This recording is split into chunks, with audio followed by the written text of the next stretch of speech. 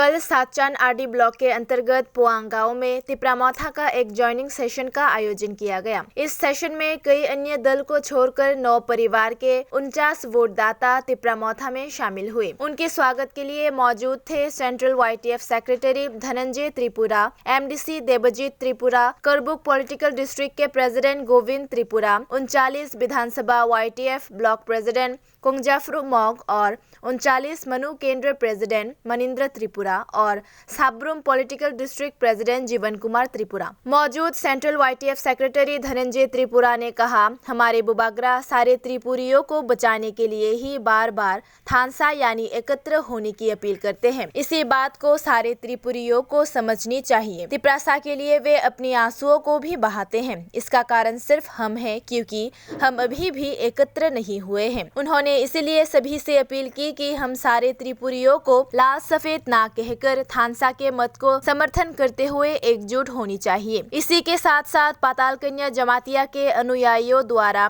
बुबागरा पर धक्काबाजी करने के घटने पर central YTF secretary Dhananjay Tripura ने पाताल कन्या जमातिया पर इस अमानवीय आचरण के दोषी आरोप करते हुए कहा, दूसरे पार्टियों द्वारा पैसे लेने के कारण ही उन्होंने बुबागरा पर ऐसे आचरण होने दिए। उन्होंने और कहा कि पहले पाताल कन्या ने वादा किया था कि वे जाति के लिए काम करेंगे, मगर अभी कुछ नहीं दिख रहा और उन्होंने उनसे बुबागरा से माफी मांगने के लिए कहा।